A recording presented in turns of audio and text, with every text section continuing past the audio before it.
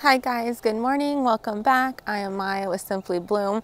So today I have a whole cart of beautiful shade-loving perennials. And I don't know if you remember, but I'm down here at the end of my driveway. It doesn't look like much right now, but I planted a bunch of hostas late last summer. So if you didn't see that video, I'll leave it linked down below. But let me show you everything I'm gonna kind of fill in between the hostas that have not yet come up yet.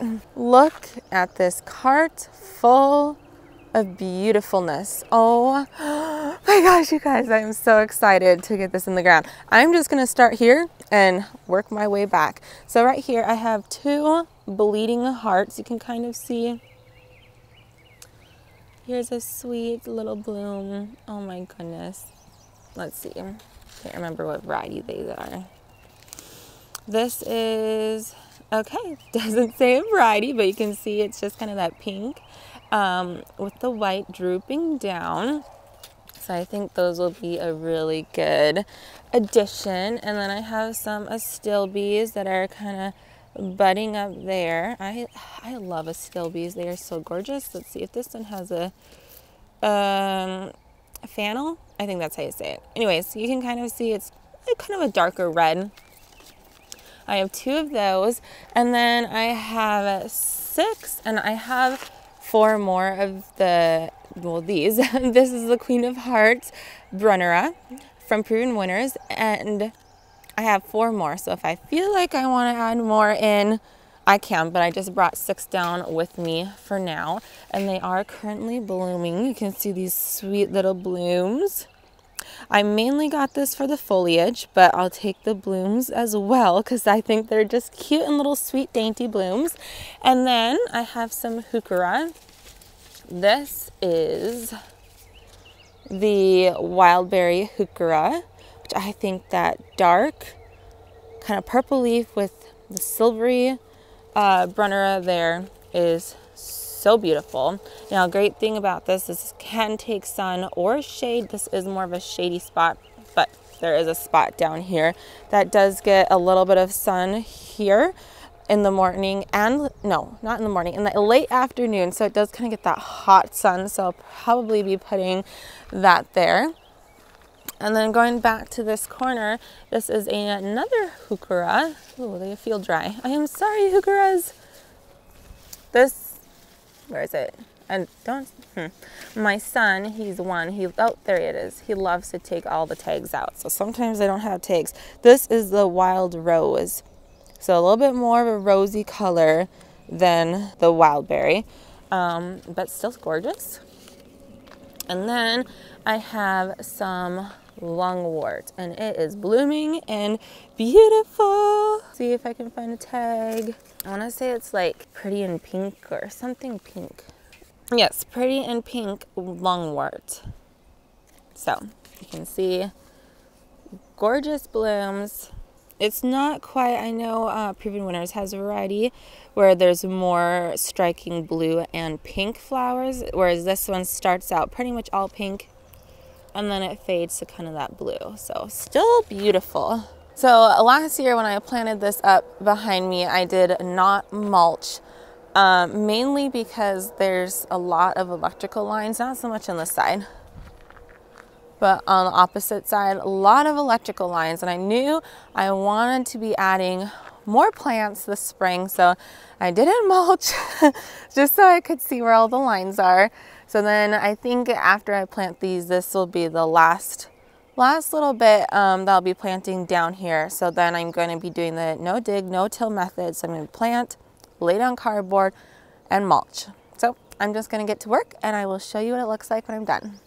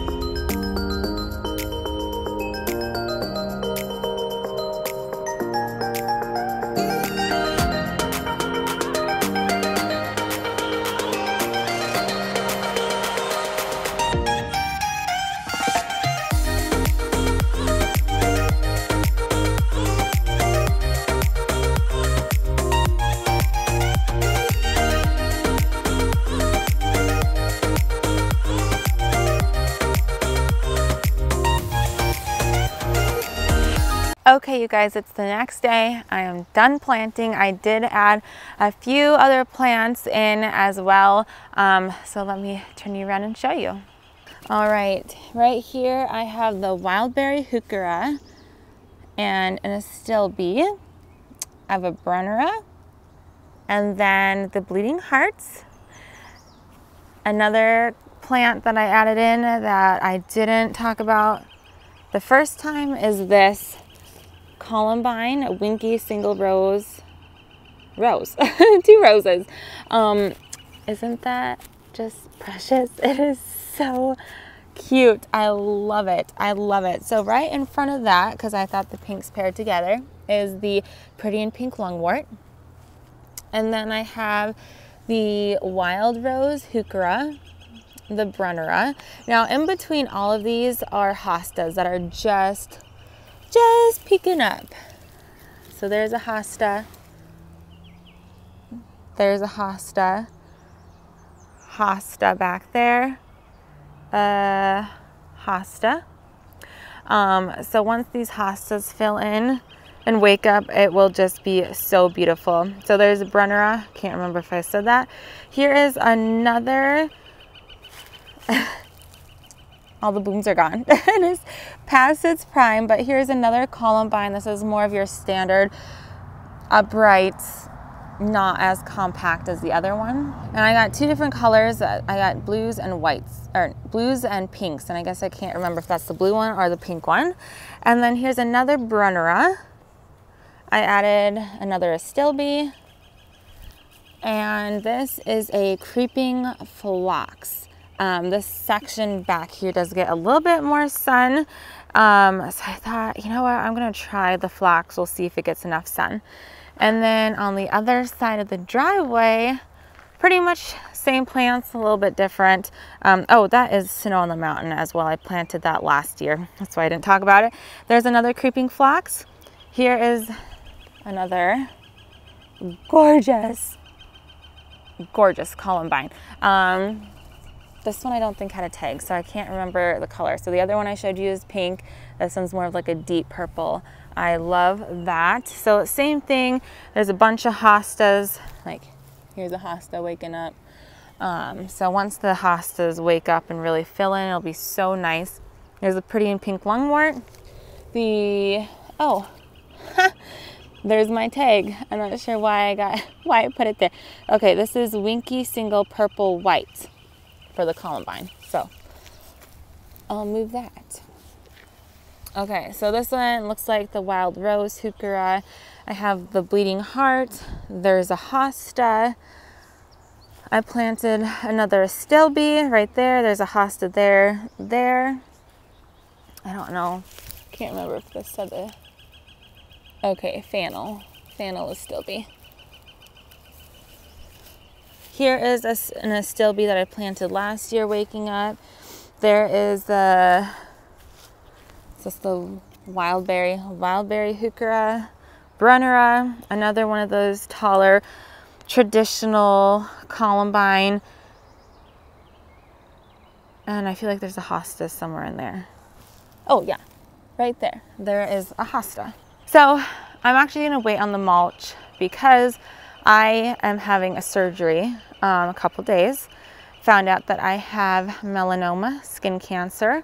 They caught it very early, so we're hoping that the surgery will take care of it, but it's in kind of a tough spot. It's between my toes. And you guys, I had just like trimmed my nails, painted my toenails, and I didn't see it. Because just where it's at, like if this was my foot, it's between the toes, kind of on the bottom. Like I never separate my toes and look in there. So they say out of all the melanoma, cases, 5% of them are between the toes, and no one checks there. If you do, good job. And they say by the time they normally find it, it's not good because it's just gone so long. Luckily, I was getting a foot massage, which I don't like people touching my feet. So the fact that I was letting them give me a foot rub was crazy. And then they're like, oh, we got a mole between your toes. I'm like, what? So that's how we caught it. I could tell it was not good, so I got in to see my dermatologist 3 days later. And luckily, we caught it early. So we're hoping that the surgery will remove it all. We won't know until the results are back. Look at that sun. That's crazy. But anyways, I'm just trying to get everything planted, everything in the ground, because it'll do better in the ground. My husband won't have to be worried about watering it every single day. Some of these are root bound, so I've been watering them twice a day. Just in the ground, they'll be so much better. So I'm going to be mulching later. After my surgery, after I'm recovered, I'll come back and do cardboard and mulch down for the no dig, no till method. But anyways, I just wanted to explain why I'm not finishing this. I have all these half-finished projects because I feel like I'm just getting like the bare minimum done before my surgery. But anyways, that's a little update on my life. That's where I've been. Why I haven't been posting super consistently. But that is it for this video. Thank you so much for watching, and I'll see you next time. Bye.